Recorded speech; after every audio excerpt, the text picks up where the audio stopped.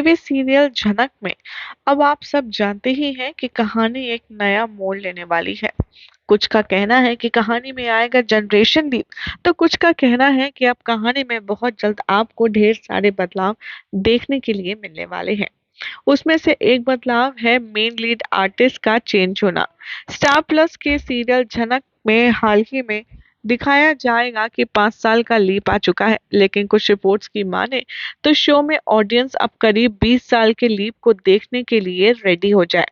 Show में 20 साल के लीप के आने की खबर है, जिसके बाद हिबा नवाब और कृषाल आहूजा शो को अलविदा कह देंगे। इन्हीं खबरों के बीच अब टीवी एक्टर ज़ैन इमाम ने कंफर्म किया है कि वो अब इस शो के लिए अप्रोच कर रही हैं। सोर्सेस की माने तो हाल ही में उनका नया show Suman Indori of air हुआ है, जिसमें उनकी मिलती पॉपुलैरिटी और लोकप्रियता को देखकर अब इस शो में उन्हें लेने का फैसला किया है। हालांकि अभी इस पर ऑफिशियल कोई डिसीजन नहीं लिया गया है। हाल ही में आ रही मीडिया रिपोर्ट्स की माने तो झनक में 20 साल का लीप आने की पूरी पूरी कंफर्मेशन है और इसके बाद पूरी तरीके से स्टोरी लाइन बदल जाएगी। वहीं हिबा नवाब यानी कि झनक, चांदनी शर्मा यानी कि अर्शी और कृषाल यानी कि आपके अनिरुद्ध शो को जल्द ही अलविदा कहने वाले हैं। मेकर्स शो को फ्रेश स्टार्ट देने का प्लान कर रहे हैं और इसी के साथ वो सीरियल में नए चेहरे लेकर आने का भी सोच रही है।